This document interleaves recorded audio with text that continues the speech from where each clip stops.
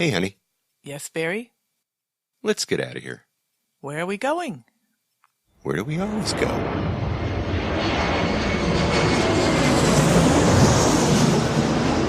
Así de viento, este ritmo de palmas, sin mi naturaleza, hasta encontrar la playa. Por eso grito al mundo, yo soy de Puerto Vallarta. Samba de Puerto Vallarta, noche de arrullo en el mar. Samba de Puerto Vallarta. Hello, fellow travelers, and welcome to this episode of the Puerto Vallarta Travel Show. I'm your host, Barry Kessler, and I'm just so happy to be introducing you to my favorite vacation destination. Maybe it's even yours, and that's Puerto Vallarta, Mexico. The music you're listening to is performed by Alberto Perez, and Alberto is the owner of the Lapa Lapa group of restaurants here. Those are the Lapa Lapa, Puerto Vallarta's oldest restaurant on the famous Los Muertos Beach, and the El Dorado Restaurant and Beach Club right next door. So you can enjoy the fantastic view of the Los Muertos Pier, all lit up at night in beautiful colors, or during the day in its grand splendor, for breakfast, lunch, or dinner, seated with your toes in the sand right at the water's edge. It's so romantic. It's so Puerto Vallarta, my friends. This week we have a bit of a change of plans. We were going to go funny with head of lettuce, but this time we're going to go a little more serious. We're going to concentrate on the Tropical Storm Narda, and also now Priscilla just whisked past Puerto Vallarta. We're going to look at the effects of Puerto Vallarta, especially the hard-hit areas south in Cabo Corrientes. We're going to go on a humanitarian aid trip, actually, with the mayor's wife and other volunteers in order to hand out food supplies and water filters and more to the villages and to villagers north of the town of Maito. And then from there, we're going to go to the town of Tomatlan, where we will also be handing out some relief supplies. And we're going to be talking with our friend Jimmy Pluff and his wife Frankie about what is needed and about the progress of the relief efforts. We're going to also talk with Bob Price. He's going to talk about the Botanical Garden, all that and more. But before we dive in, let me fill you in on what's happening in Puerto Vallarta. We're going to talk about my latest trip, including some upcoming interviews, some personal observations of mine from the last 12-day visit to Paradise. So let's get to it. What's happening this week in Puerto Vallarta, the 24th of October, 2019? Well, as you may have noticed, it took a little time to get this podcast produced, and it's just because when I was in Puerto Vallarta, and when I do go to Puerto Vallarta, it almost always happens. I check into very inexpensive digs, and the internet once again was an issue this time. And I just made up my mind that from now on, when I go down to Puerto Vallarta and I'm gathering interviews in Paradise, I will record the interviews, but I'm not going to promise to post any episodes while I'm in Puerto Vallarta. It's just too hard to do that. I mean, I like to work, and when I work during the day, I need to be doing interviews, and then at night, if there is any good internet, then I can go ahead and work. But if I have no internet at night, I can't go to Vallarta co-work. I just can't do it. So anyway, that's the deal. That's how it's going to be from now on. Now, it is hot and humid in Puerto Vallarta. I had a couple of 4 t-shirt days, so you might want to know what it looks like on the ground after all the flooding. We talked about that a couple of weeks ago after Tropical Storm Narda passed through, and now we're having another tropical storm coming by as well.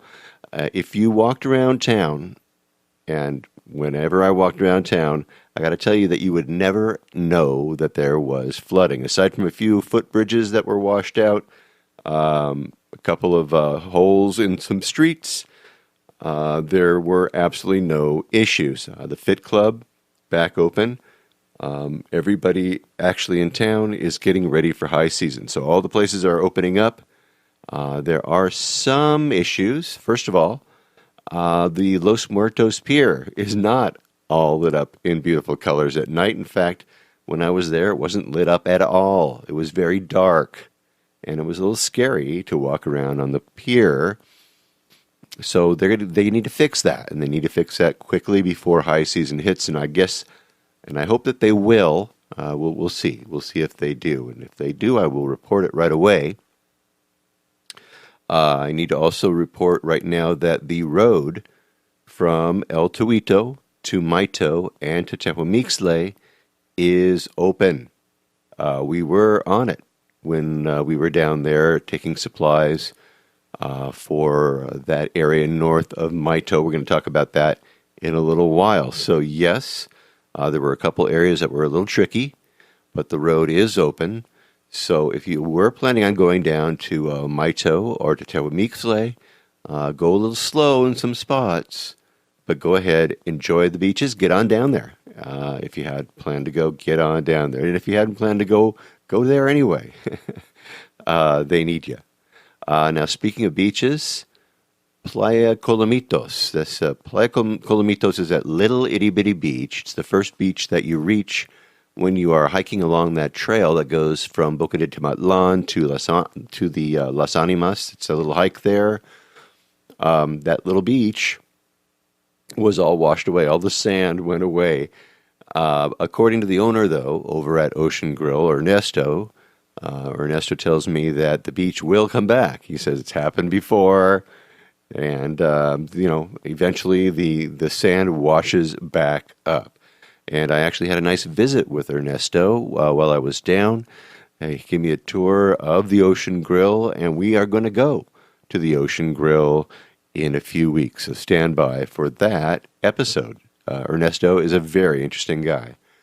Now, coming back into town, the beach itself in town was moved around a little bit. It was moved in front of the mouth of the Rio Quale. And I have some pictures of the new sandbars that were formed out there. And, of course, that can always change around as more water comes down the river and as Mother Nature does her thing on Vallarta. And Mother Nature is doing her thing. Right now, we have about 20 inches more rain than we did last year. So... And with all that, there have been a number of mudslides, of landslides.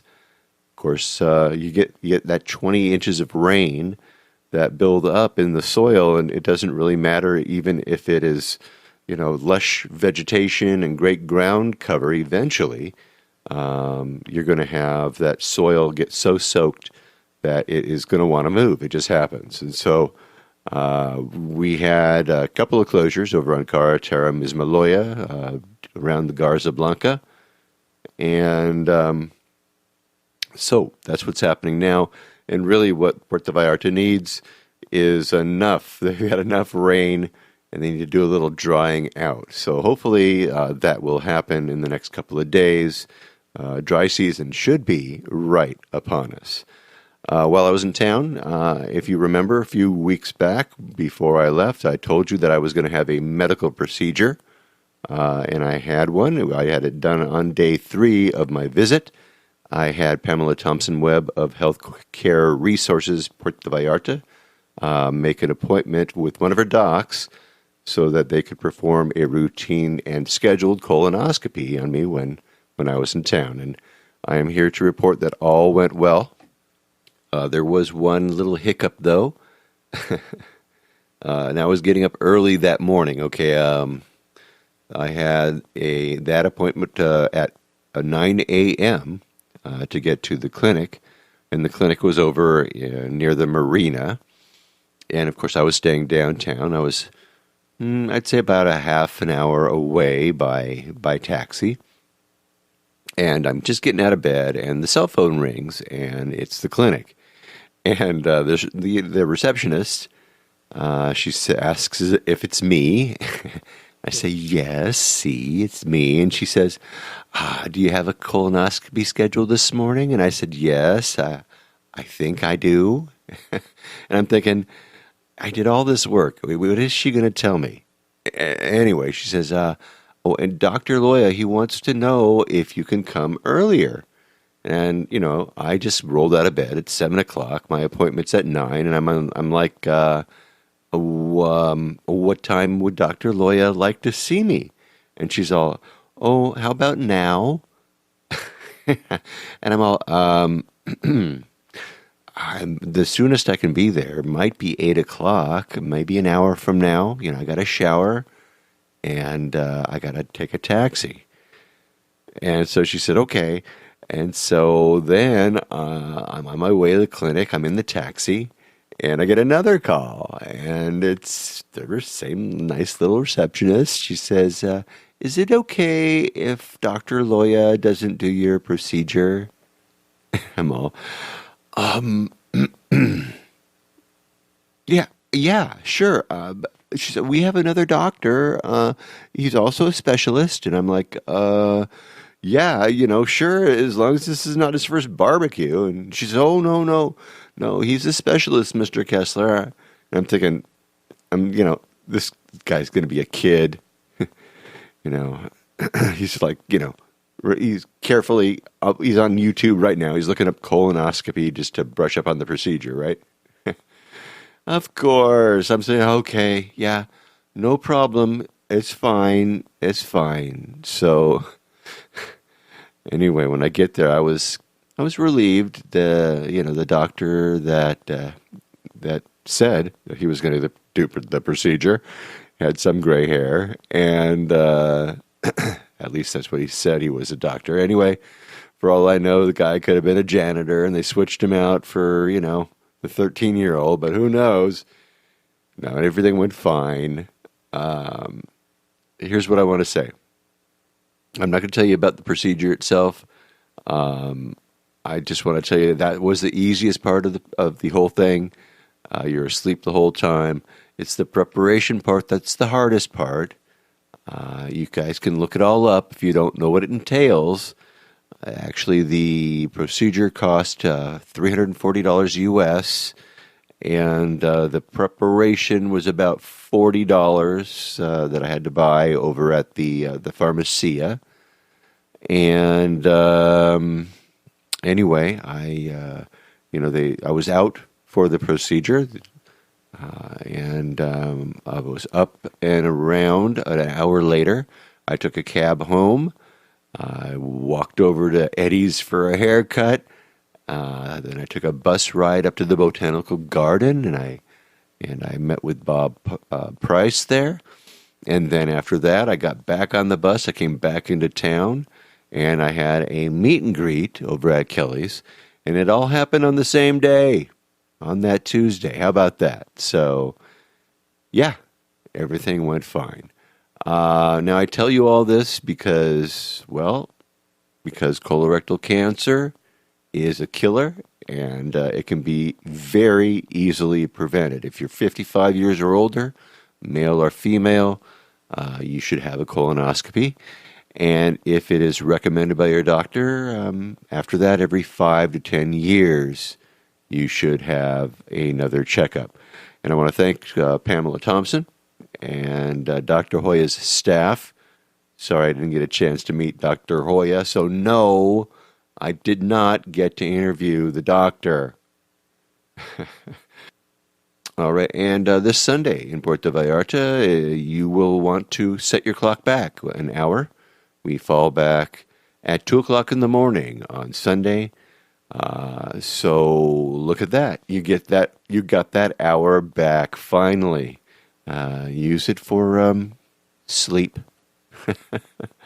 I got a message from Samara over at Gold Leaf Smoke Shop, and she said that today, October 24th, 2019, is the big day. Pot becomes legal in Mexico today. That's right. Let me read from Reuters Online. Mexico City, Reuters. Mexico's Senate will vote for a bill to fully legalize marijuana in the next few days, a key lawmaker told Reuters, marking a major step toward changing the country's approach to the drug by removing it as a source of income for violent drug gangs. President Andrés Manuel López Obrador, a leftist critic of Mexico's long-standing war on drugs, has, since last year, signaled his openness to decriminalization of marijuana as part of a broader shift on security policy. Senator Ricardo Monreal, the leader of López Obrador's Morena party in the upper chamber of commerce, said in an interview late on Monday that a vote on the proposal will take place later this week or next week. The end of prohibitionist policy is good for the country, he said, adding that the bill would regulate personal use and sale of marijuana, as well as research into the plant. It also contemplates creation of cooperatives that would grow marijuana, plus a new regulatory agency. If approved by the Senate, the proposal would then proceed to the lower house for a vote. Late last year, the Supreme Court said lawmakers have until October 24th, that's today, to legalize marijuana, after the High Court ruled in several cases that the prohibition of the recreational use of the drug violates the Constitution. Under Mexican law, if the Supreme Court issues the same decision 5 times, the ruling set a precedent, and the court can then order the establishment of a regulatory framework as well as further legal action. And while the leader of Morena in the lower house, Mario Delgado, has proposed that the government tightly administer a future marijuana market, Monreal was non-committal. There are some proposals that would establish a type of state-run monopoly, but we want to leave it more open, he said. The 59-year-old lawyer also left open the possibility that the legislation could be put on hold if a public referendum on legalizing marijuana sought by López Obrador were to be authorized first. We will know in the next few days if we're able to build a legislative consensus or if we wait for the referendum, said Monreal. Legislative leader emphasized that many companies have approached him and expressed their interest in the proposal following similar initiatives in several U.S. states, including California, as well as in Canada. And I have a link to that article in the show notes. So thank you, Samara. And by the way, Gold Leaf has just opened up a second location over in Plaza Caracol.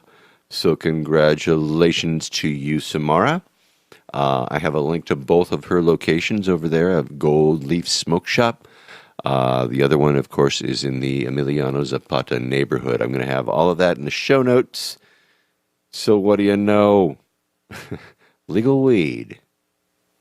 I wonder if the weed will get better in Puerto Vallarta when it gets legalized. Never mind. There is a new place to shop in Puerto Vallarta. It seems that for some, it was very difficult to get a spot over at the Saturday Olas Altas Farmers Market, especially if you were a local, if you had limited funds. They complained quite a bit that they were kind of getting pushed out of the market business. So voila, we have a new marketplace. It's called Bazart, B-A-Z-A-R-T. It is a new flea market, and it is open on the Kwale Island. Saturdays from 2 o'clock until 7 o'clock, every Saturday now, over at the Cultural Center near the rear of the island. There are lots of local handicrafts there, and it is growing. More and more vendors are joining in. They are asked to pay 150 peso fee. That's very low. And, of course, that 150 goes towards the upkeep of the area. They can sign up either weekly or bi-weekly.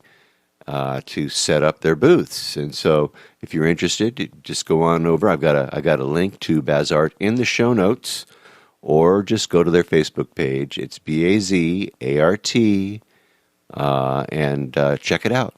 It seems very interesting, and lots of local art. Just what the doctor ordered. More local art. All right, Fiesta en la Calle. Los Muertos Brewing every year has been having this. I guess this is their 7th annual Fiesta en la Calle. It's coming up November 2nd. Let me read from their Facebook page. They are going to be having, a party in the street. They're going to start with, at 2 o'clock, Ballet Folklorico. At 3 o'clock, Puddle Mountain Ramblers. By the way, this is a stage set up right in the street. This is the fiesta, kids. At 4:30, the Texas Embassy Blues Band will be there. At 6 o'clock, Bad Weathers will be performing. 7:30, Funk Schwa will be there. 9 o'clock, Roxy's Rock House Band will be there. 10:30, Mariachi Joya de Mexico. They will be there too. So, look at this, a full day of celebrations, music in the street, party hardy right there over at Los Muertos Brewing.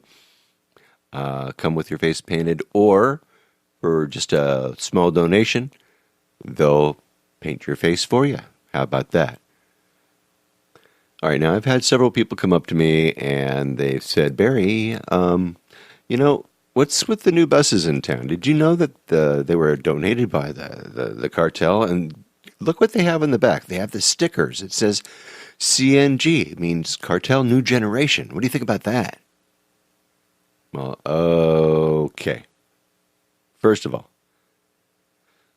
yes, it is true that the Jalisco New Generation gang did actually donate the buses, but the CNG doesn't mean Cartel New Generation. Okay, what it means is compressed natural gas. That's what CNG means. I live in Los Angeles. We have CNG buses too, and let me guarantee you that they were not donated by the Cartel Nuevo Generation. Okay. Now, it is true, like I said, that these new air-conditioned buses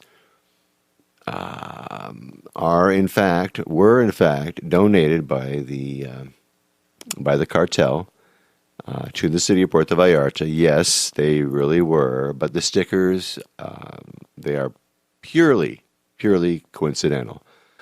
One of the advantages to speaking Spanish is that I'm able to get the full story from people on the street. I was talking with a friend who says to me, do you know what happened to the guys who owned the old buses? And I'm like, no, I hadn't even thought about them. Anyway, I was told that some of his friends or some of her friends who owned some of the old buses and had drivers working for them were paid very little for their old clunkers. Now, you might say, well, yeah, they were pretty darn old, but according to my friends, they were offered very little for their old buses, and they actually made a deal with the new bus company to kind of, put a little money their way for a short period of time, for a number of years, to help fund them. But, kind of makes you wonder, if drivers are afraid of wrecking a bus because, it's like, hey, Jesus, sorry about that little accident you had there with the bus. By the way, El Chapo wants to see about that. I mean, come on, there must be a little pressure, right? Anyway, speaking about buses, just remember, if you're taking a bus, you need exact change. 10 pesos when you hop on the bus. So it doesn't have to be a 10 peso piece. It could be a 5 and a bunch of ones. It could be 2 5s, but make sure that you have the proper change. Rambo, our friend Edgar, over usually hangs out around the Margarita Grill. Rambo is going to be turning 67 years young on October the 29th. So if you see him, make sure you slide him a little bit of cash when you see him. Anyway, like I said, it's pretty normal to see him somewhere around Margarita Grill. I have a great picture of him that I took last time I was in town. I actually saw him doing some work. He was doing some dog walking around town. He looked real good. Tell him hello, okay? And wish him a happy birthday. Happy birthday to you, Mr. Rambo. Way to go, buddy. Adalberto over at Mi Cafe, one of my very, very favorite places to have breakfast or lunch, is doing a remodel over there over at Mi Cafe. I walked by the other day and we talked, and he says it's a mess in there, but I'm going to have it all done November 1st. And he sent me a bunch of pictures. So I have them all. I'll post them in the show notes for this episode, and I'll also post them on my Facebook page. If you haven't been to my Facebook page over at the Puerto Vallarta Travel Show Facebook, go over there, like the page. And anyway, when he does get it open, if it does open on the 1st, he will tell me, and he'll send me some pictures.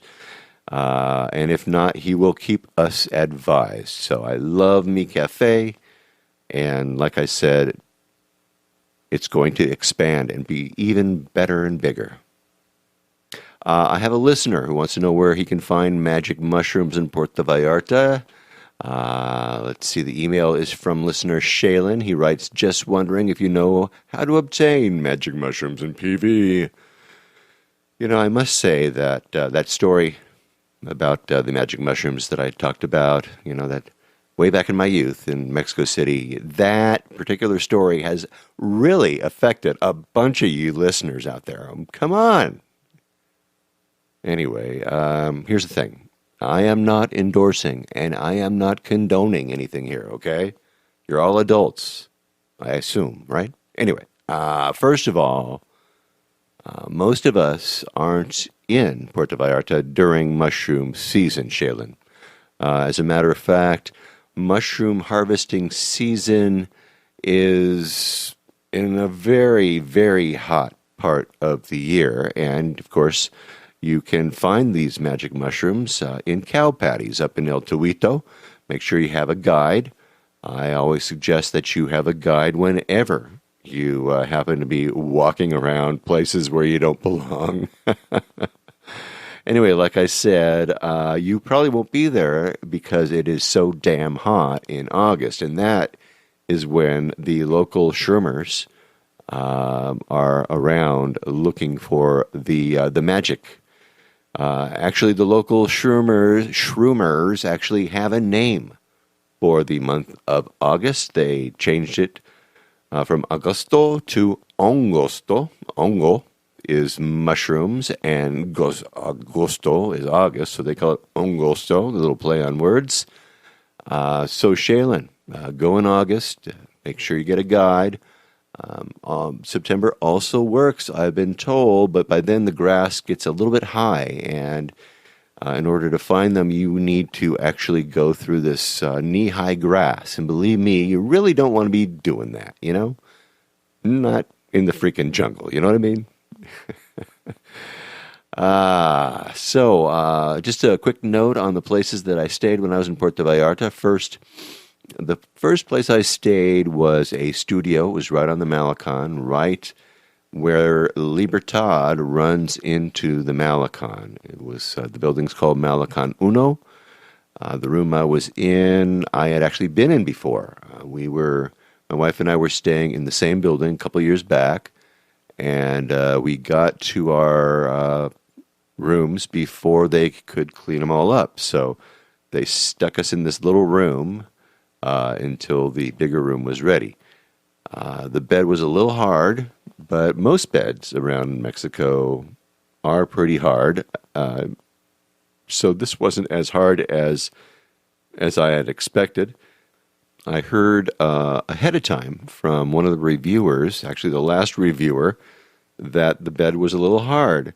So I did something I had never done before. I ordered an inflatable queen size mattress, complete with an electric pump. This was a not a cheap mattress. It was about a $70 mattress, and I packed it in a suitcase and brought it along so that I could use it on top of the bed. And let me tell you something, it was the best thing that I'd ever done. It really, really, really worked well for me. Everything was good. Now, if I had to share that mattress with somebody else, that would have been a problem, right? But I was by myself, so it was really, really comfortable. The place that I stayed at was nice. It was a nice little patio to sit on. There was no view, but there was a view from the rooftop. So all you had to do was climb some stairs. There was a dipping pool. It was right on the Malecon. You could see the church right behind the place. You could see the arches. You could look both, north and south. So a great location. And for $33 a night, you just couldn't beat it. I have a YouTube video that I took of it. I will have it in the show notes. And not bad. I liked the area. I liked it because there were no hills. I didn't have to climb anything like that. But one thing, like I said before, the internet was awful. It sucked. I can't understand why. It was right near where Vallarta Co-work is, but it was just in a dead zone. I mean, dead. So I'm busy doing interviews during the day. Like I said, I can't work over at Vallarta Co-work at night, and I certainly don't want to do it during the day when I'm out there doing the interviews. So at any rate, I got a little bit frustrated because I also have to do real estate work when I am doing my S. So I switched hotels. I went over to the Hotel La Siesta, which is in downtown Vallarta, way, way up the hill. It's the hotel that is right underneath the restaurant El Panorama. And that is one restaurant that has one of the best views in Puerto Vallarta. I really liked the place. The La Siesta had a great view. I had my own balcony. The room was lovely. It was just $55 a night during the summertime, but there was no air conditioning. Just, the regular Mexican air conditioning with the fans going, which was fine for me, I have to say. But that same room during the high season it doubles in price. It goes to $110 US per night. Once again, no air conditioning, but cooler, of course, during the high season. I have a video, of course, of that place as well in the show notes. I'm going to also warn you that if you are listening to this on the first or second day and you go to the show notes will not be up. Give it a day or two. It's just taking me a little longer to get my S together after my trip back home. I'm going to be doing another episode, by the way, about the La Siesta Hotel and about the restaurant El Panorama. That'll be coming up in a few months, so please stay tuned for that. But I really liked the place. I can't say that the internet was a whole lot better. It was a little bit better, but the view was pretty cool. All right, let's get to some interviews. As I was talking about earlier, after my Tuesday morning medical procedure, I got a haircut. I went to go see what was happening over at the Botanical Garden, and I caught a taxi, dropped me over at Aguacate and Carranza, and I hopped on a bus to the Botanical Garden. The fare was 30 pesos, or about $1.50 US, and I did what I always do. I grabbed a seat on the right-hand side of the bus so I could get a good view of the beautiful coastline on the ride down. And, of course, we get a nice view of that Rio Horcones Canyon on the way up to the garden. The bus dropped me off, and got there about a half hour before Bob was there to meet me, so I sprayed myself with some mosquito repellent, and I wandered along the pathways through the beautiful botanical garden, some new exhibits, and some newly worked on exhibits, all kinds of flora around. And the Rio Horcones was roaring from the last rains. Lots of birds were singing. There were tons of butterflies. It really was a very, very colorful time. A lovely day. I set up my recording equipment, and then Bob appeared just at the appointed time. And, of course, like he will say, there's always something happening at the Vallarta Botanical Garden. And Bob Price, who is the founder and the curator, has some pretty interesting news for us. So let's go right now to Cabo Corrientes, and let's talk with Bob Price at the Vallarta Botanical Garden. Bob, thanks for coming on the show again. Hey, it's my pleasure, Barry. It's great to be here with you today. Last time I was here, there was one question. I do go back and I listen to my shows every once in a while, and there was one question I didn't ask you, and that was, you're in a jungle here, right? Is there anything that doesn't grow? Well, there's a lot of things that don't grow here. Have you tried stuff and it just doesn't make it? Oh, yeah. There's a lot of things that won't grow here. There's a lot of, we're in a very beautiful climate here where a lot of things will grow, but things that are more native to drier Mediterranean climates will not grow here. Or things that require a winter chill period will not grow here. Yeah, because there ain't no winter chill here. No. And so, there's a lot of things that won't grow here, but we don't focus on those things. We focus on the things that will grow here. Our garden is an organic garden. We don't spray pesticides or anything toxic because we have a huge population of butterflies and hummingbirds here, which are very dear and precious to us. So if we get a plant that struggles here and it requires being sprayed, we usually just kick it out. We don't try to encourage it to live on if it requires artificial sprays or something like that. So, very interesting.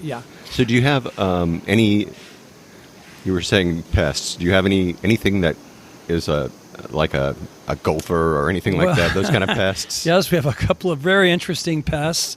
The black iguanas, and also the green iguanas, but the black ones are our problem here. Their common name here is garrobo, the black iguana, and they can do a number on your plants. They love any sort of flowering plants, geraniums or anthuriums, and they just make a tasty snack out of your favorite plant. And so I'm always in the kind of a war with the iguanas. I have a way to trap them humanely. Yeah. And I catch them, and then I just drive them down the road to my neighbor's house and let them go down there.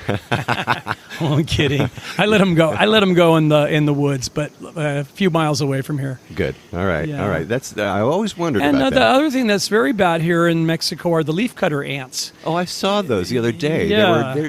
Tell me about that. Right. The leafcutter ants are something that if you're ever going to have a garden in Mexico, you're going to find out that the leafcutter ants can come in, and they're nocturnal. So, you go in and go to sleep, and by the meantime, they're working in your garden, defoliating your plants, and then in the morning you wake up and to have a stroll and drink your coffee and look at your garden, and you're just like, wait a minute, this hibiscus that I just bought at the nursery yesterday has been stripped of all of its leaves. And the first couple of times it happens after you move here, you don't know what's doing it, and you realize it's the ants that are cutting it up and carrying it off bit by bit. What do they do with it? Are they eating it? Yeah, they take it underground, and they actually grow in underground chambers. They let the leaf fragments will grow a mold, and the mold is their food. So they're taking those leaf fragments and they're farming with them, and their food is the mold that the leaf pieces produce underground. That's very interesting. Yeah, Wow. but they're a big challenge to anyone that has a garden here. There's lots of things that you can do. We use diatomaceous earth here. It's a natural controller of them. But the main way to control them is to go in your yard at night with a flashlight, and you'll see where they're taking the pieces of the leaves that they're cutting and walking with them back down into their anthill, and that's where you're going to put your diatomaceous earth, whatever you're going to go after them with. There's a product at Home Depot called Ant Stop Plus, which you can use.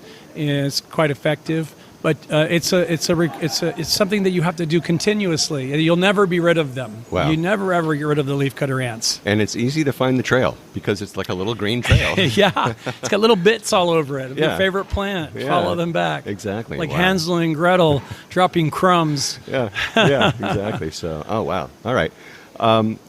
Let's get back to the garden. Yeah. You are doing some expansion, aren't you? Well, the one thing that I would like to tell everyone about is our new vanilla plantation. All right. Is we have a beautiful vanilla plantation. We've actually created the largest vanilla plantation on the Pacific coast of Mexico, Wow. and we put the plants in last summer. So they're thriving with our care, and it's really something to see. You know, the vanilla is a native Mexican plant, and the use of vanilla was first recorded in the pre-Hispanic cultures. We were using it, and then when the Europeans arrived for the conquest, they found the vanilla along with the chocolate, which you can also see here at our garden, and it became a very, very valuable commodity. Yeah. And so vanilla is also still a very valuable Yeah, it is. commodity. And but we have interpretive displays and trails with you can learn how to grow your own vanilla if you live in a tropical climate, or how vanilla is grown, harvested, and exported. There's a whole story there. Mm-hmm. So we want to teach people about vanilla. Nice. It's a very Mexican thing. It is a very Mexican thing, Yeah. and I did stroll through your vanilla plantation over there. It's very Okay. cool. It's very cool. In fact, you know, there's a lot. The cool thing about this place is every time you come back, there's something new, and and the things that you have built before have been improved upon. So Thanks. it's just, you know, it's really a Yeah. pleasure coming down here. It really is. Yeah, we're working on lots of different things because our mission is very, very much based in conservation, and we wanting to be conservation leaders in our area. We have a lot of different programs here at the gardens. We have a lab where we're producing endangered Mexican orchids from seed, some of which are being reintroduced and back into the wild. We have nesting boxes for the green military macaw, which is an endangered species, but it's making a comeback because of the neighbors around here that are putting up the nest boxes. And so that's exciting. But the most exciting thing maybe we're doing right now is our land expansion, where we just acquired another 4 hectares of land, which is almost, let's say, 10 acres of land on the right here adjacent to the garden, continuous with our property now, which is going to form our jaguar preserve. And the jaguar is found in this area of Cabo Corrientes. It's one of the last strongholds of the jaguar in Mexico. Ah. So, but to have a good jaguar habitat, it has to be a preserved, a well-preserved natural area. And so that's what we're doing. We're buying land here. We're increasing the size of the gardens. We're going to buy more land probably this high season when we get some more money put together. And so we're expanding. The garden is expanding, and it's tripled in size since the day we opened it, just acquiring more land around us. But a lot of our land on the other side of the river especially will never be developed. It's just for the wildlife. It's a wildlife sanctuary with specific interest in the jaguars. And we're doing camera trapping here. Ah, cool. And we've got amazing images of all of the animals of our jungle, except on our property. We haven't caught a jaguar yet on our camera traps, but we've just been doing it for a few months, but we're pretty sure we will over time. There's 2 other groups of conservationists doing camera traps out here, and within about 2 kilometers from the gardens, they're picking up jaguars on their camera traps. So it's just a matter of time before we get ours too. Nice. How cool is that? All right, Yeah. so do you have to do anything special other than just to make a preserve for this for this jaguar preserve? Well, we have to create awareness too. We're in the middle of ranch country, and there's sometimes damage to cattle and newborn calves Yeah. from the jaguars, and we have to change the opinion of the ranchers here not to kill jaguars if they suffer a loss or some other something like that. We have to make them understand these are very valuable animals for the ecosystem. And so there is a lot of people working now in Cabo Corrientes on jaguar conservation, and in Puerto Vallarta on jaguar conservation. We have this is the hugest area of jaguar habitat left on the whole Pacific coast of Mexico. Yeah. So we want to try to keep some of the jaguars going for a while here. Good for you. All right. So there's a couple other things happening around the area. You were talking about Cabo Corrientes. I mean, that's kind of where we are. Mm-hmm. And we just had some flooding. Yeah. We had a tropical storm Narda go by, which didn't look like much when it was approaching Puerto Vallarta. It didn't have hurricane force winds. It was called a tropical storm, but what it had was more rain than anyone had seen here in 50 years. So here at the gardens, we got 13 inches of rain in one night, and in other places it was even more than that. And especially hard hit was out on the beaches of Cabo Corrientes, which is on the Pacific-facing side of Cabo Corrientes, and out on Yalapa, which is inside the bay. But they actually took the full brunt of the storm, and we have massive damage out in the towns of Yalapa and Maito, and the roads out to Tewa, Mixley are all washed away, including huge bridges of concrete bridges are washed out. Wow, really? We're going to literally be 20 years getting over this disaster out there by the time those bridges get rebuilt. And so many people lost their homes. There's just a great deal of need of these communities out here, these small towns, which are now, and since the bridges have been washed out, they're isolated. Yeah, and it's just boat access. That's it. Yeah, and so it's quite dire for those people, and so we have set up a relief fund. If I may give the website for people to make a donation. Some lovely ladies from Yalapa have set up the Yalapa floodrelief.com website, where you can go on. You can see pictures of what happened in Yalapa, landslides, huge flooding throughout the town, major destruction of homes along the river. So if you could spare a little bit for the folks out in Yalapa and the beaches out there, it would be greatly appreciated. Again, the name of that site is YalapaFloodRelief.com. Okay, excellent. So and I'll make have a donation if you can. Help I'll out your neighbors out there in Cabo Corrientes. Cool. Yeah, I'll have that in the show notes, so look for it there. Mm-hmm. And also, I'll have some pictures too.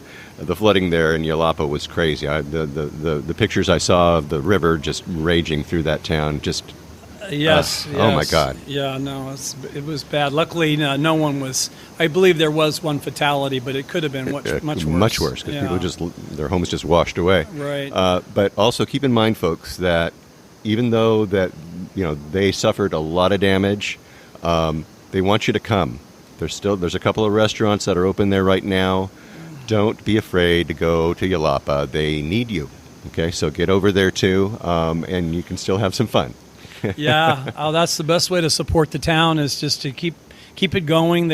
Of course, another town that is dependent on tourism, and they need you to come out and see. If nothing else, go see what the river did to the beach there, where they have a new beach in Yalapa, thanks to the river that extends further out into the ocean now, where the delta of the river just all carried down all this new sand, the silt, and so it's quite interesting to see how the storm changed the whole shape of the bay with everything that it did, the landslides and the flooding. It was wow. All right, so go there for that. Go for that. Go, and also go to support them. Come on, we need to do that. And just keep in mind also that there are a lot of little towns all along that little peninsula area there that just got whacked. Yeah.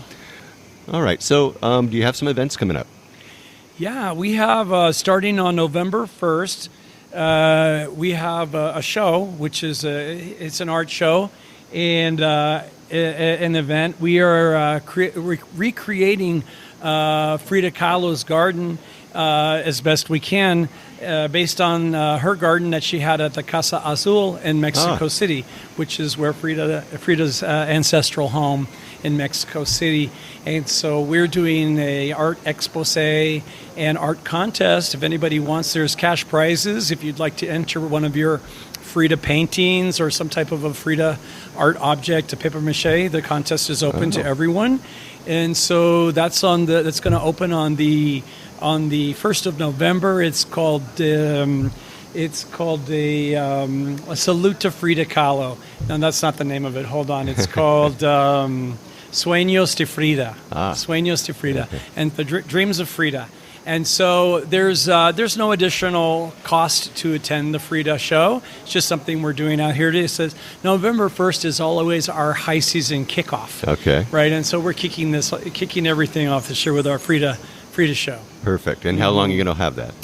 Well, we're going to have it up for a couple of months because we think it's going to be really a beautiful show. It will, yeah. And we're going to have some historic photos of Frida also, and talk about her work as an activist and different things that she did. She's actually one of those artists who's 100 times more famous now that she's dead than she was when she was alive.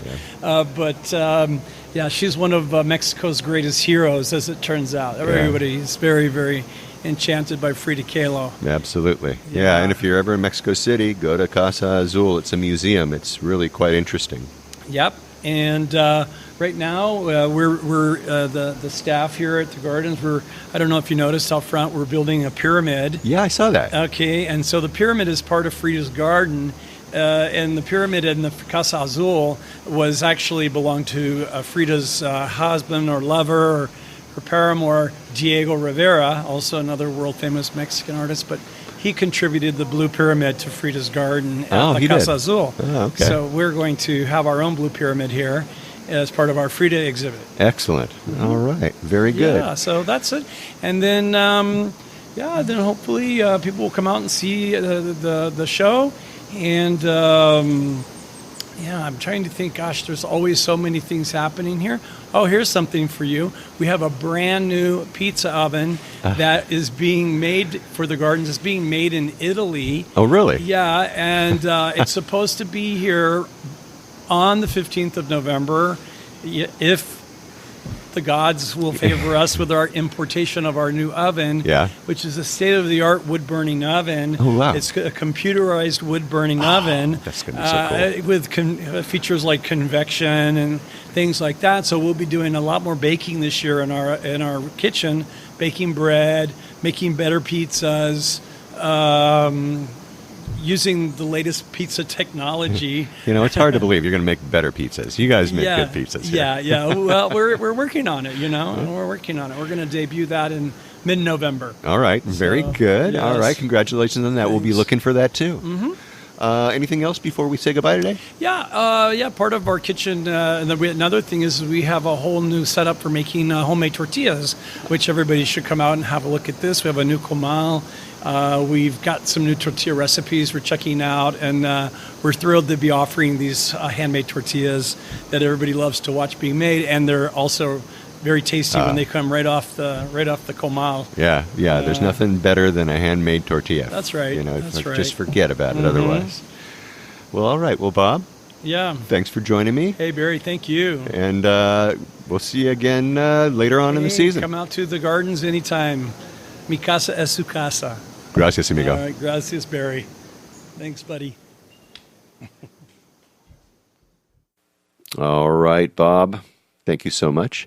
I have links to the upcoming events, and I'll be reminding all of you as the season progresses as to what is going on at the garden. And I also have links for that Yalapa relief as well in the show notes. All right, so let's talk a little bit about relief efforts in the aftermath of the Tropical Storm Narda.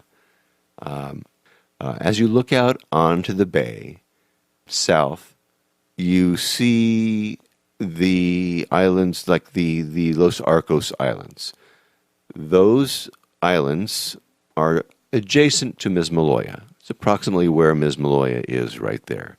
As you go further down a few kilometers, you will run into Boca de Tomatlan. A little bit further is Las Animas. Then a little bit further is Camixto.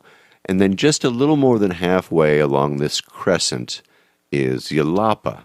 Then Pizota, then Chimo, and then at the tip where it stops, that's where Corrales is. Then on the other side, there are the communities of Naranjitos, of Achilles Cerdan, of Graciano Sanchez, La Parota, La Playita, Maito, Tehuamixle, and so on. And all along this coastline, this little peninsula, like I said, are these little fishing and farming villages. Right at the mouths of the rivers. And fresh water, of course, is necessary, but sometimes these rivers turn into raging rivers. And this is exactly what happened. Almost immediately after the floods, groups started to spring into action and bringing supplies over to the communities. These people had lost their homes in many cases. They lost their fishing gear, their boats, their livestock, their pets, pipelines, the sources of fresh water. All of that was washed out to sea. And you can actually see pictures of the debris field out in the ocean that Jimmy took. I've got pictures of those in the show notes. Lots of the villages had no water supply. The bridges supplying the gas and the propane and the daily supplies were washed away as well. So all these riverside communities were affected by the massive flooding that happened during and after the Tropical Storm Narda passed through. Now, last week we talked about the relief efforts that were being conducted south of Vallarta in the Cabo Corrientes area. We talked about water filters. We talked about all that stuff with our buddy Jimmy Pluff from Tunnel Road Barbecue over in Colonia Lopez Mateo. So before I came on down, I actually ordered one of these 20-liter filters through Amazon from LifeStraw. This was a unit that we talked about last week, and I hauled it down in my suitcase. Very light, by the way, easy to transport. So when I say haul, it wasn't much of a haul. When I got into town, Jimmy asked if I wanted to join him with some supplies that were, they're going to load up into some pangas and take on down to Bezota. And they were going to go on Tuesday, but that was the day that I was going to have my medical procedure. So I was a little bit bummed, but he said, don't worry about it. There'll be more time. And then he came back and said, hey, how would you like to tag along on a relief caravan? We're going to go from Puerto Vallarta to the communities north of Maito that were cut off when a bridge collapsed. And of course, I was all in. I said, sure. So he suggested that I dress for jungle conditions, make sure I have some mosquito repellent, some snacks, something to drink. Also, don't forget to bring my LifeStraw unit that I had, and that we would meet over at his house at 5:30 in the morning, and then we would head over to the DIF office, the DIF office in Puerto Vallarta.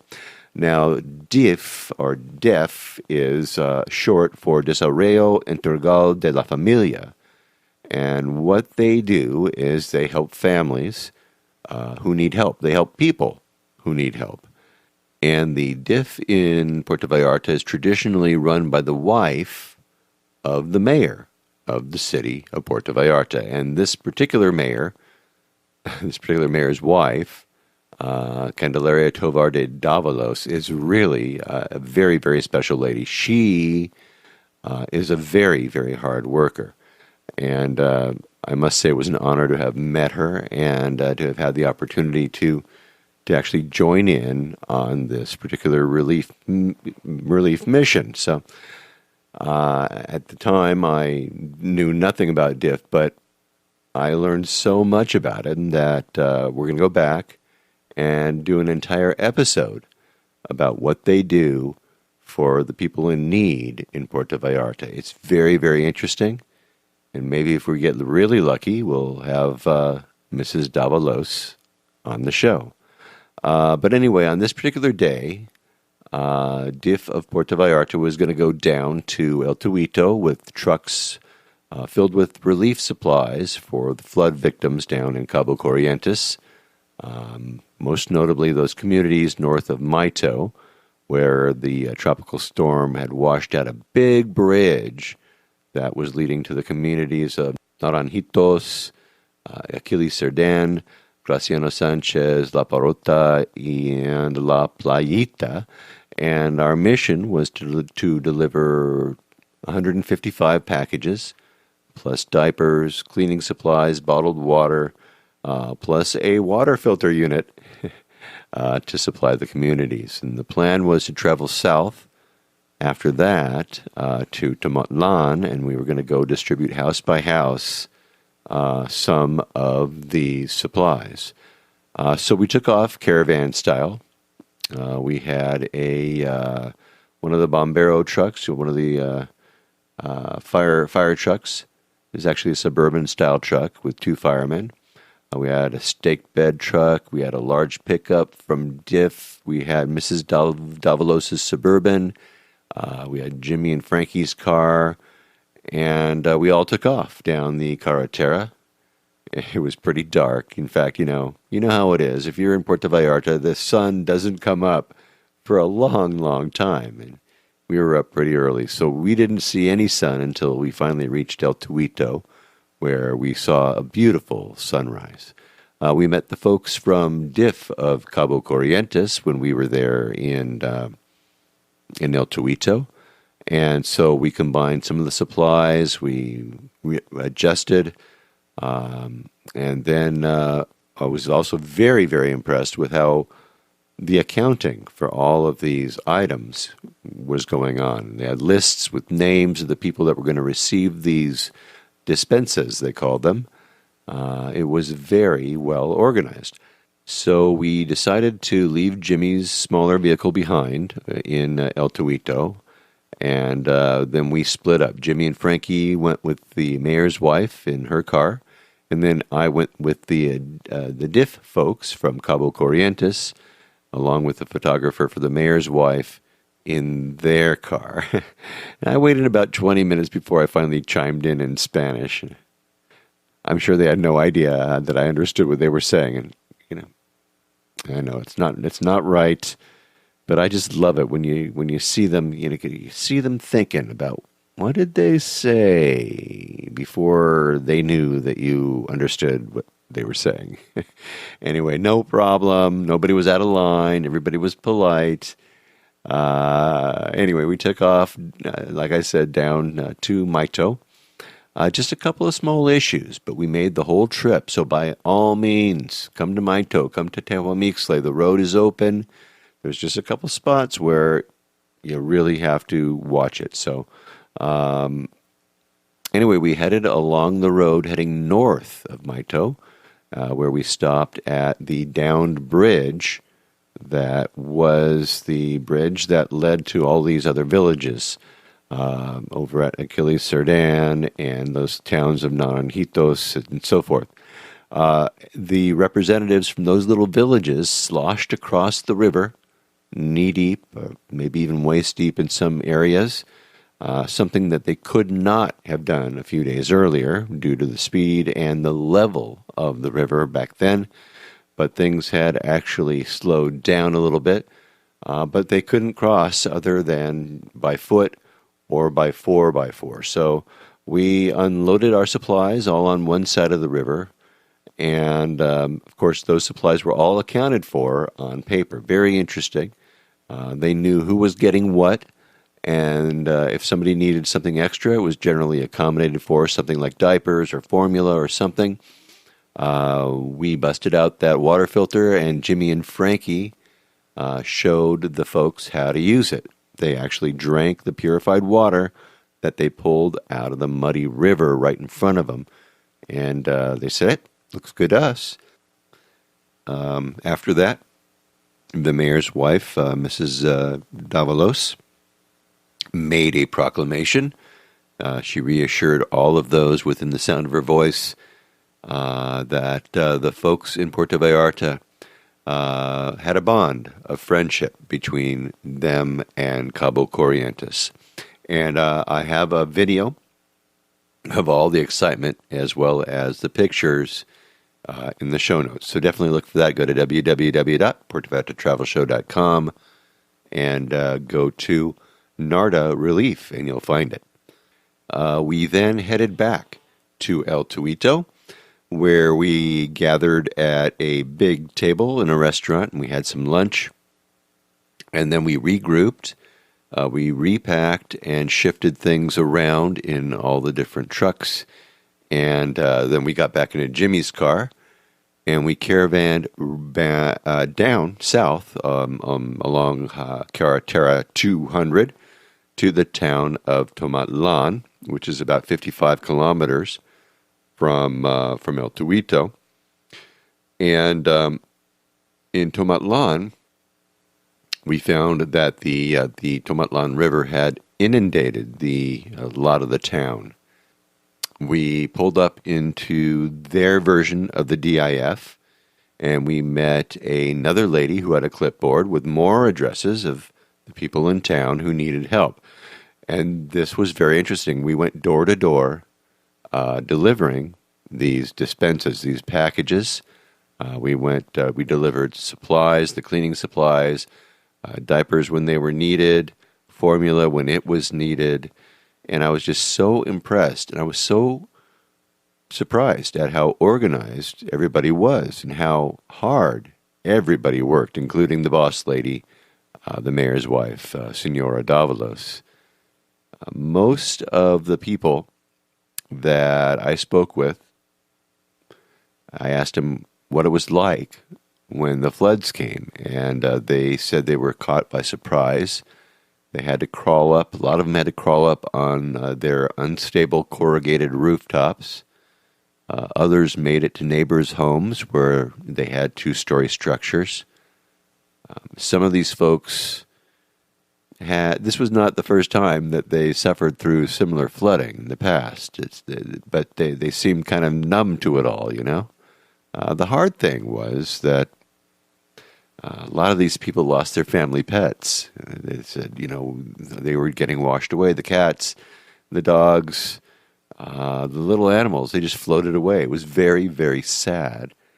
There was another guy, and I asked him what he did when the water came, and he said, well, a lot of us actually went on to the highway. We all stood on Highway 200 and waited it out.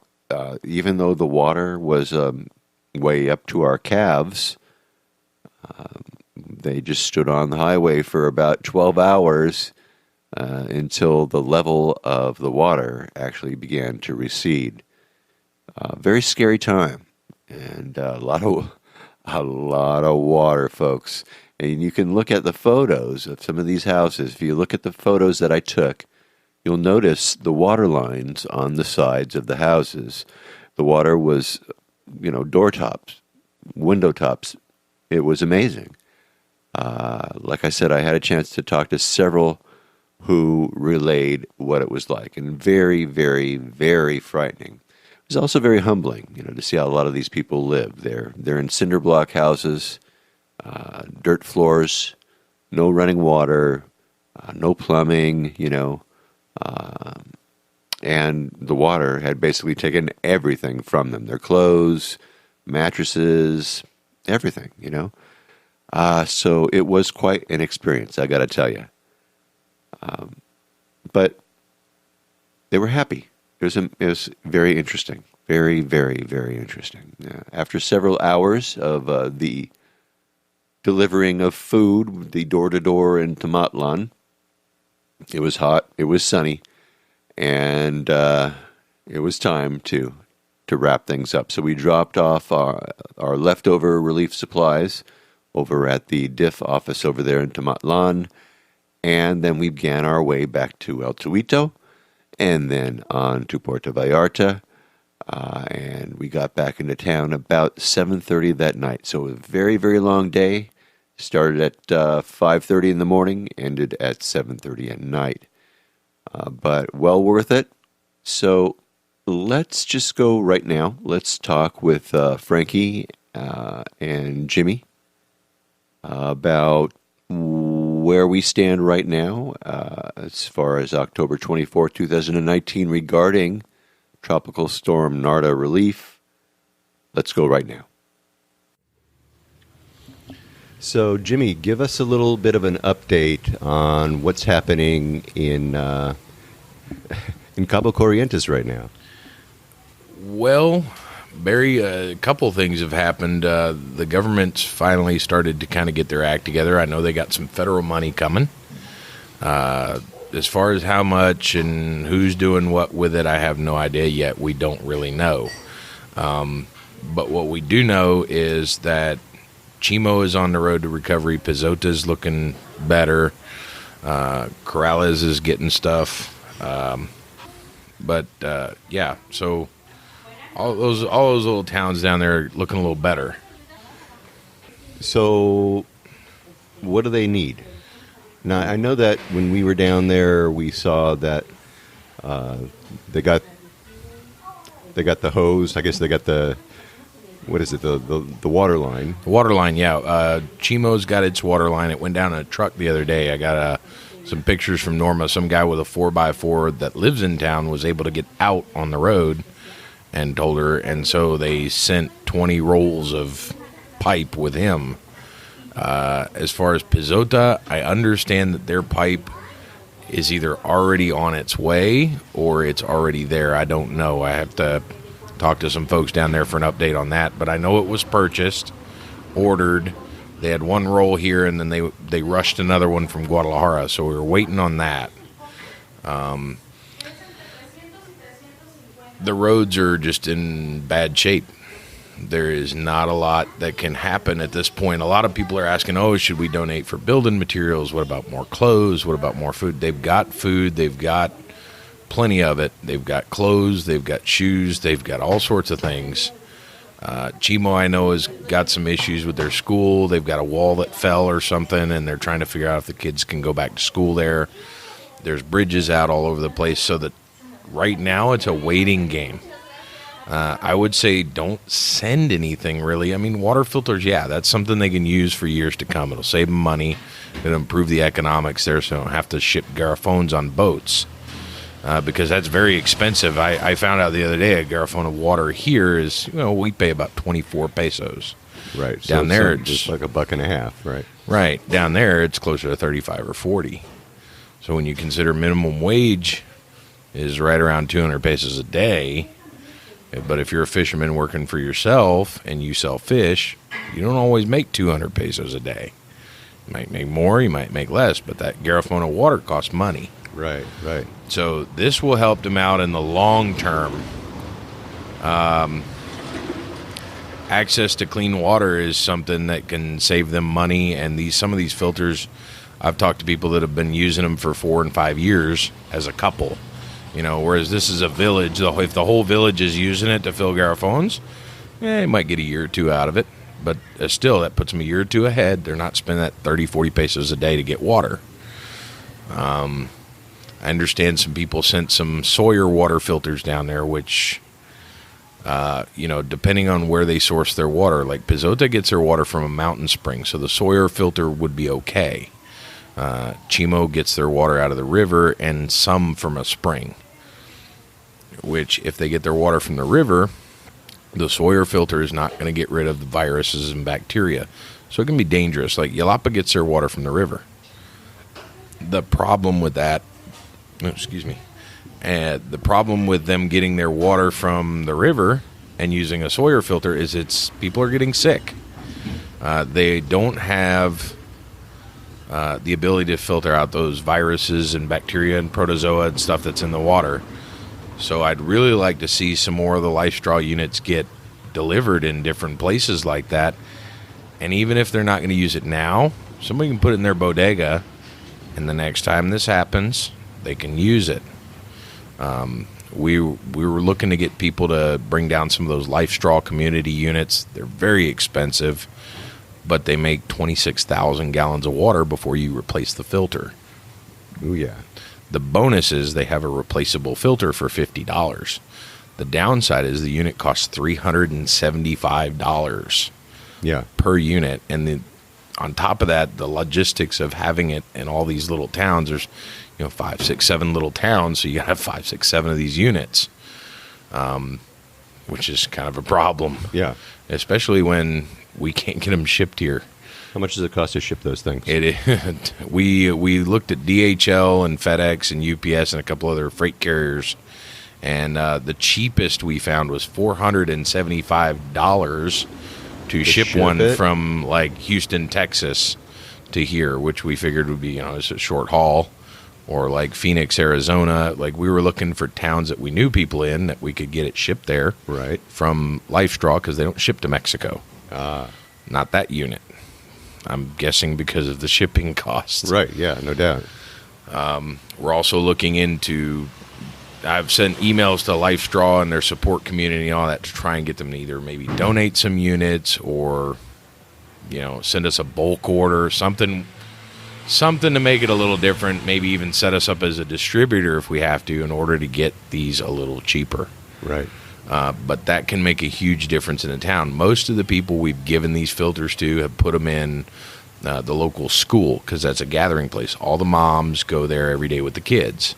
So they take their Garrafone or a container with them, and they go get their water for the day. So that seems to have worked out very well. Wasn't something I thought of, but they told me that's what they were going to do, and I was like, okay, that makes a lot more sense than putting it in the square or something. Yeah.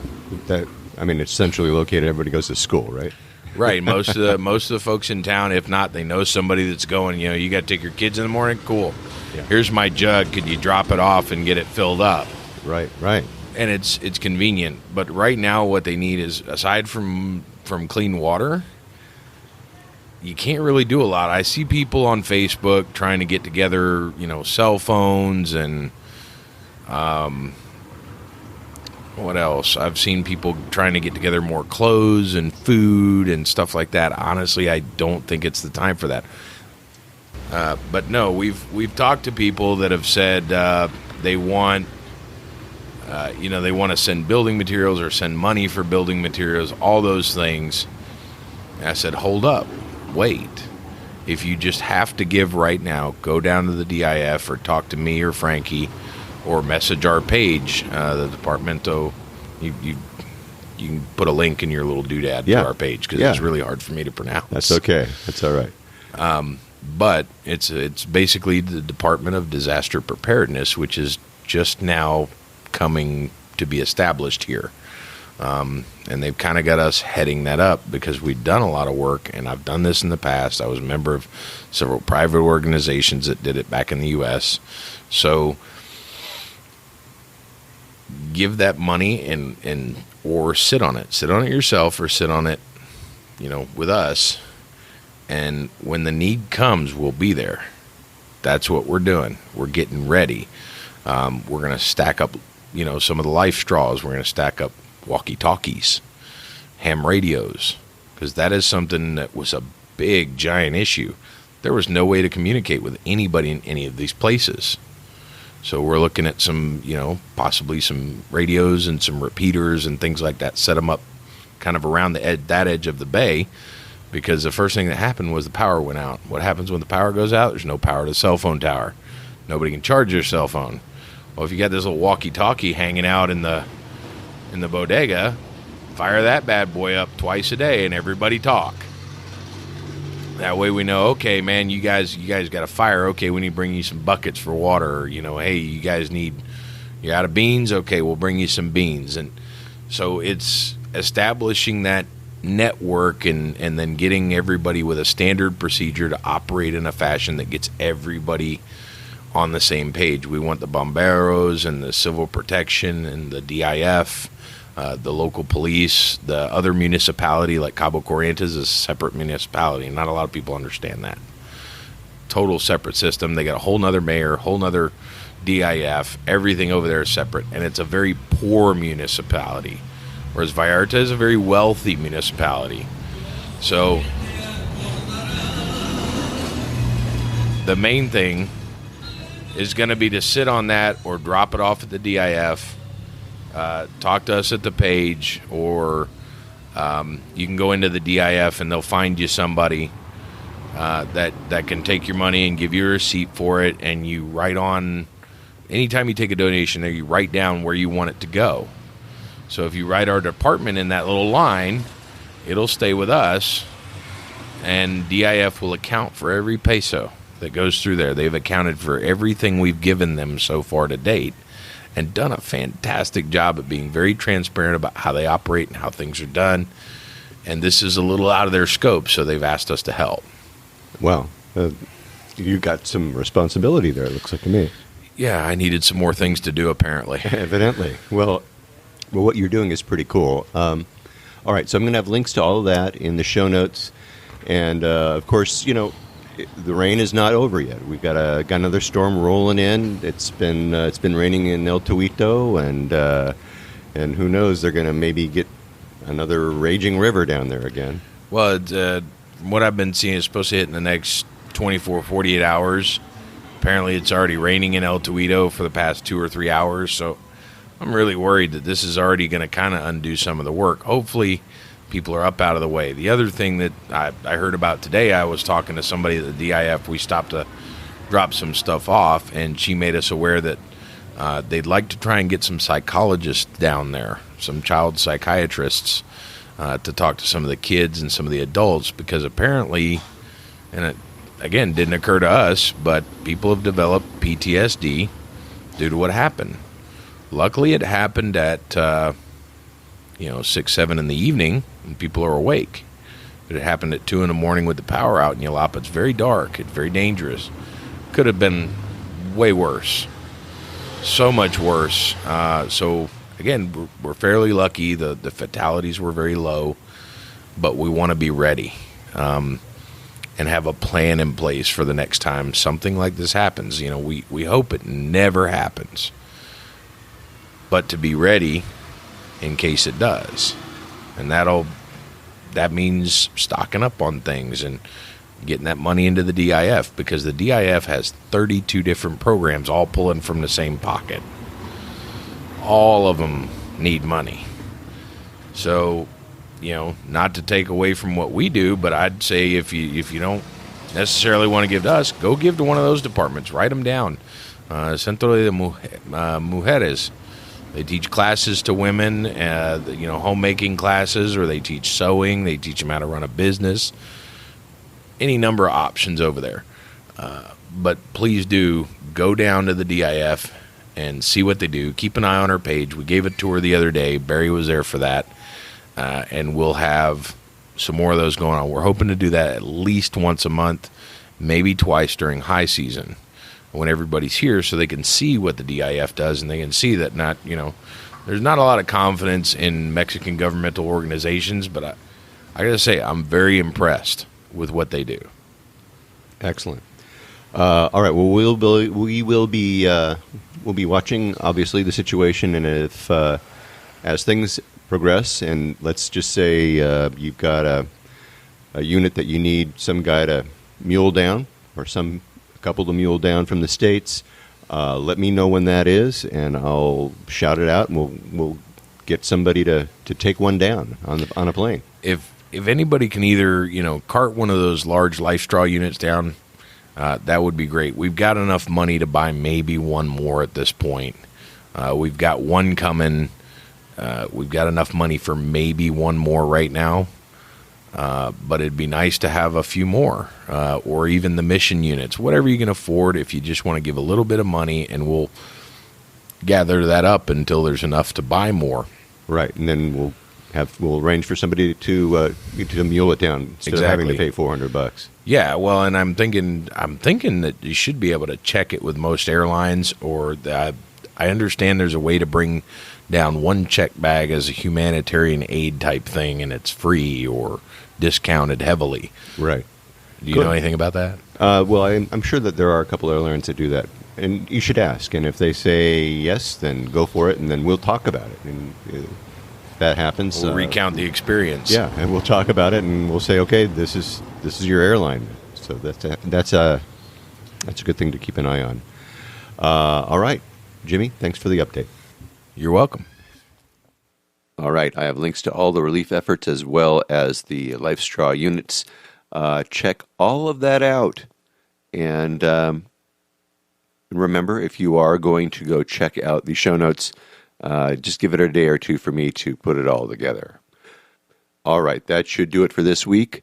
All this relief is making me tired. I don't know about you, but it is me. So next week, stay tuned for more on-the-ground reports from Puerto Vallarta, Mexico, with travel tips, great restaurant and excursion ideas, and more. But until then, remember that this is an interactive show where I depend on your questions and your suggestions about all things Puerto Vallarta. If you think of something that I should be talking about, then please reach out to me by clicking on the Contact Us tab and sending us your message. Remember, if you're considering booking any type of tour while you're in Puerto Vallarta, you must go to vallartainfo.com, that's JR's website, and reserve your tour through him right from his website. Remember, this is a value-for-value proposition, my friends. His experience and his on-the-ground knowledge of everything Puerto Vallarta in exchange for your making a purchase of a tour that you would do anyway. You're just doing it through him as a way of saying thank you. Thanks, JR, for being our guide. It costs no more than if you're going to use someone else, so just do it, really. And when you do take one of those tours, email me about your experiences. Maybe you can come on board and share with others what you liked or didn't like about the tour. Again, contact me by clicking on the Contact Us tab and sending off a message. And don't forget, he's got his maps, his DIY tours, his revitalized happy hour board, and more. And I have links to all of those in the show notes. Once again, if you like this podcast, please take the time and subscribe and give me a good review on iTunes, if you will. That way we can get the word out to more and more people about the magic of this place, Puerto Vallarta, Mexico. Remember, I made it easy for you to do just that with each episode I create. But if you haven't been to my website, you really need to have a look there. I have links to the places we talk about, I have interesting pictures and more right there in the blog posts and in the show notes for each episode of the show. So check them out for sure if you haven't already. All right? All right. So thank you, Jimmy and Frankie. Thank you to the mayor's wife, Mrs. Davalos. Thanks to the staff at DIF. I was so impressed with what they do. And like I said, I have a special episode devoted to them coming up real soon. Thank you, Bob Price, over the Vallarta Botanical Garden. Get over there, see what's new. And hey, thanks to all of you for listening all the way through this episode of the Puerto Vallarta Travel Show.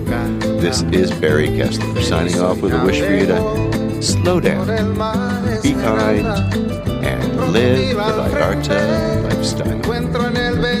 Nos vemos, amigos. De Puerto Vallarta, noche de arrullo en el mar,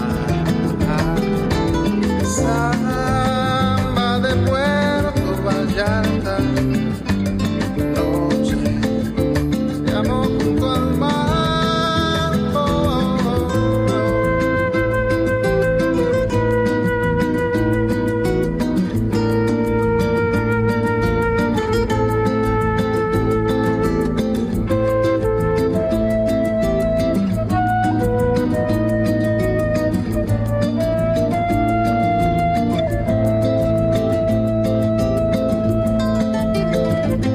Solo camino eterno por la playa, me encuentro junto al río cuando todo está en calma.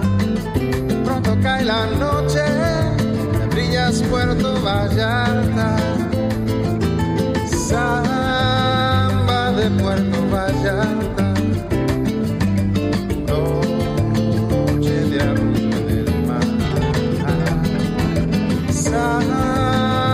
De Puerto Vallarta.